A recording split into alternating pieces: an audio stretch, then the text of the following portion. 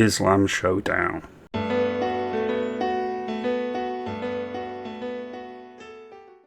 Good morning, I hope everyone's well today. Thank you for watching.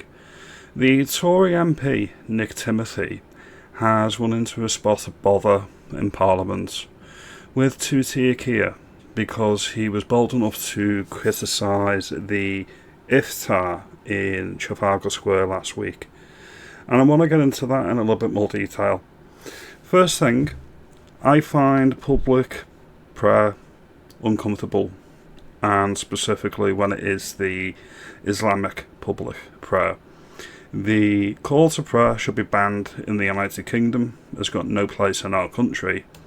And when I see thousands attending Europe's biggest Eid celebration, I see it as a public show of domination and intimidation. This is alien to our culture, and this is alien to the way we do things in Britain. This shouldn't be controversial. If Christians did this, they probably wouldn't be allowed to do it. There was a Christian event up in Liverpool over the weekend that was publicly condemned by church leaders across Liverpool. It was a UKIP march, or Walk with Jesus, and they came out and publicly distanced themselves from it, branded UKIP far right, and said it's nothing to do with us. That's not that cool. And the march itself couldn't actually go ahead because Antifa nutjobs went and disrupted it. This is the difference when you've got the state on your side, or the ruling party on your side, or you haven't. There's a particular religion on a pedestal, and is defended and protected by the Labour Party against the will of the majority population. That being said, let's get on to what Nick Timothy actually said, shall we?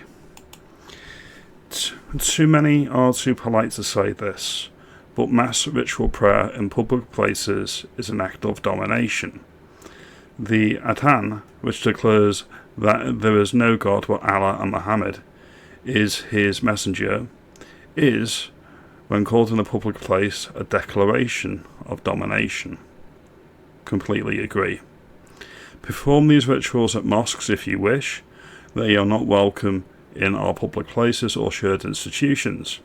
And given the explicit repudiation of Christianity, they certainly do not belong in our churches or cathedrals. I am not suggesting that everybody in Trafalgar Square last week, or last night when he put this out, is an Islamist, but the domination in public places is straight out of the Islamist playbook. Trafalgar Square belongs to all of us, and the national memorial to our independence and our salvation. The last night, referring to last week, was not a televised football match or St. Patrick's Day celebration. It was an act of domination and therefore division. It shouldn't happen again. I completely agree. And the fact that you've got a public office holder like the London Mayor going along is equally divisive. And it's divisive because he cannot be a mayor or mayor for everybody if he's picking sides and doing public prayer with his religion, when many people would feel scared, intimidated to walk down the street if they were greeted with that sight. It's pitting one band of people off against each other. That is the very nature of being divisive, and that is what sowing division looks like. Let's just remember what it looked like. It was freaky stuff.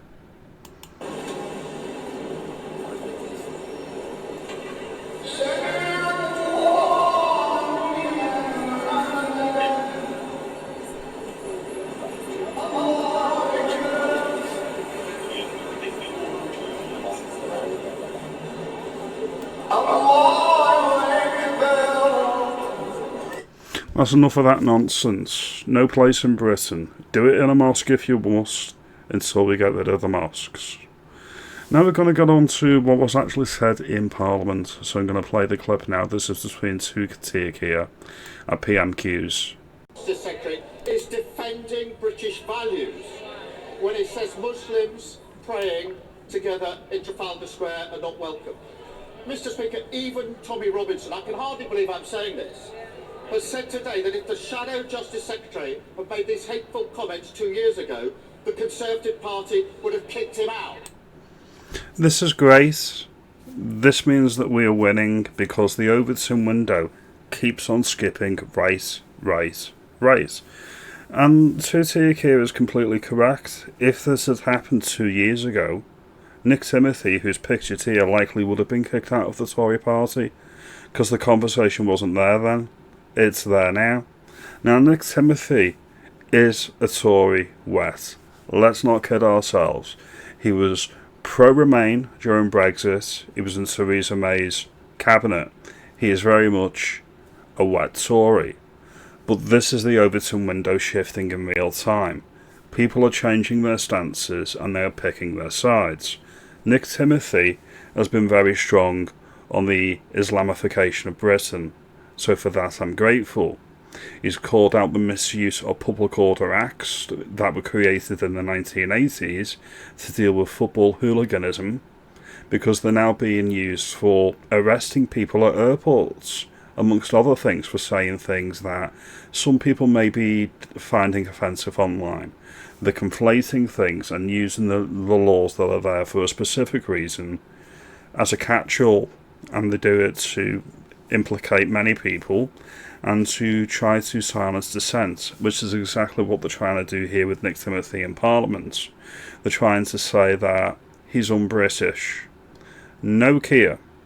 It's un-British to have a Islamic culture pro anywhere in this United Kingdom. That would be un-British. That goes against our Christian principles and foundations of the country. Whether you're a believer or not is besides the point. The point of the matter is, Nick Timothy is bang on the money. There's many no-mark MPs that are calling for him to resign. He shouldn't resign, he should stand his ground. I think that's clear for all to see. We'll continue with the clip. Now, Tommy Robinson isn't some sort of moral signpost. He was pointing out how much their party has changed. They're more inclined to his views, and he's right about that. The fact that he's sitting on her front bench shows she's too weak and has got absolutely no judgment. No, I think the Tories are being quite smart here. Whether they actually believe it or not is another matter. This is politicking at its best. However, the more people and the more MPs call this stuff out is wondrous, and it needs to continue to happen. And there was another clip from GB News recently with, I think it was Steve Reid, the Housing Secretary, who's trying to call Nick Timothy racist. Islam isn't a race, so it can't be racist. We'll continue and we'll play this clip finally. Does Nick Timothy deserve to be sacked for his comments about a mass Muslim prayer event attended by the London Mayor Sadiq Khan in Trafalgar Square? The Shadow Justice Secretary is entitled to express a view about a public religious gathering, isn't he? I think all of us should feel free to express views, but when you've got the Shadow Justice Secretary criticising an iftar event organised by a Muslim organisation that a previous Conservative Prime Minister Theresa May gave an award to, you have to ask, why has he got a problem with that, but not with Christian prayer events that have happened there, Hindu prayer events that have happened there, and Jewish prayer events that have happened there? He seems to have a problem. First of all, Islam is a conquering religion. It is unique out of all of the religions. Its sole purpose is to spread and dominate. That is what the religion does. The moderates in the faith, if there are moderates, are irrelevant to the fundamentalists. The 25% of the Muslim population that are radicals, 1 in 100 out of the Muslims in Britain are on the terror watch list. The same isn't the same for Hindus, the same isn't the same for Sikhs, the same isn't the same for Buddhists or Christians. Islam is unique. Labour don't call it out because they are trying to claw back the Islamist vote that has fled to the Green Party. That is all it is. They don't care about our country, they don't care about our heritage. Steve Reid, the Housing Secretary, do you think he cares about building houses? No, definitely not. Just with Muslims. Now, that is very, very divisive to For you it's divisive. For everybody else, it's common sense. say that of all the faiths, there's only one that I don't want to be allowed to happen in public. All the others can go ahead. The reality, of course, we know why he's not been sacked. It's because Kemi is afraid that if she did sack him, he would go and join Reform like so many of her other Conservative MPs have already done. So she's literally too weak to take action on a Conservative MP who has fundamentally, in my view, said something that's racist. Can't be racist. Islam isn't a religion, so it cannot be racist. There's many white people, quite a few gingers actually for some reason, that have converted to Islam. So it can't be racist if they're the same race as me, can it? That's not racism. He hasn't said it about other prayer events involving other religions because they don't segregate women, and it's 2026. This is another important point. Most of the religions, I'll use my religion, CV, or Christianity more broadly, get more liberal through the passage of time. Alright, there was a time when you couldn't have women bishops, for example, or women couldn't even be vicars, alright, and things like that. And the habits that nuns were, they've become more relaxed, and it's all more a bit liberal now, compared to what it was 200-300 years ago. With Islam, you don't see that. It's verbatim the same as it was in the 7th century. It's not adapted. It's not expelled. It's more radical elements. None of that has happened with Islam. None of that.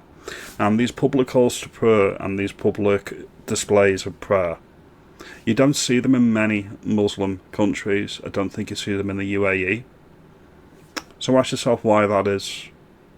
Because there needs to be a secular part of society for everybody. And this is not conducive to producing that outcome. Well, some And do. this was in Trafalgar Square. Some do. None in Trafalgar Square, Mr. Reid, as far as I'm aware. What events do you know that have taken place in Trafalgar Square that have segregated women? Well, as I understand it, again, there wasn't segregation in that way. There are just parts of the practice of that faith that were carried out, but there were... The segregation. Okay, because it's not identified.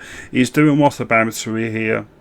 It's like Sadiq Khan saying there are no grooming gangs in London. He can say that because grooming gangs aren't a specific category in London. So when somebody asks him a question on grooming gangs, he can say we have no grooming gangs because they're not logged and categorised that way. It's the same thing that the Snowmarker's doing here with Camilla. He's saying, because they haven't got a sandwich board there and ringing a bell saying, women here, we segregate you here. It's not happening. No, I don't buy that. Christian denominations I asked a Muslim this morning, denominations that do exactly the same thing. I asked a Muslim this morning whether women were segregated at that event, and he said yes. So the objection was to women being segregated at an event in Trafalgar Square in 2026. Mr. Reid, you're the one who is talking about community cohesion in this country. You're talking about improving relations. How on earth can a public prayer event that segregates women in Trafalgar Square in 2026 possibly contribute to positive community cohesion? She's completely correct, and I'm going to leave this here, but think about it this way. If a single complaint to a local council is enough to get Christian church bells stopped in a town down south, which happened either last year or the year before, why is it people having a problem with this, a mass display of domination by an invading religion? Why can't we get events like this shut down? It offends my sensibilities. I find it intimidating. I do find it scary that we allow this in Britain in 2026. This is going to get worse, it's not going to get better. The positive is many people are speaking out now, many people will not be silenced, many people will not be intimidated by the state into remaining silent over something so fundamentally alien to our nation. So I'm going to end this here. As always, your mileage may vary. You may think I'm making a mountain out of a molehill. You may think I'm completely insane. You may completely agree with me. All opinions are valid. I want an open discourse on this channel. Comment below. You let me know. Is the Overton window shifting inch by inch the direction we needed to go on a daily basis, which is why even Tory wet MPs are confident to speak out against this religion now? Or do you think I'm overstating things? Do you think I've got this dead wrong? Anyway, like and subscribe, do all of that great stuff, and I'll see you in the next video. You have a good day and thank you.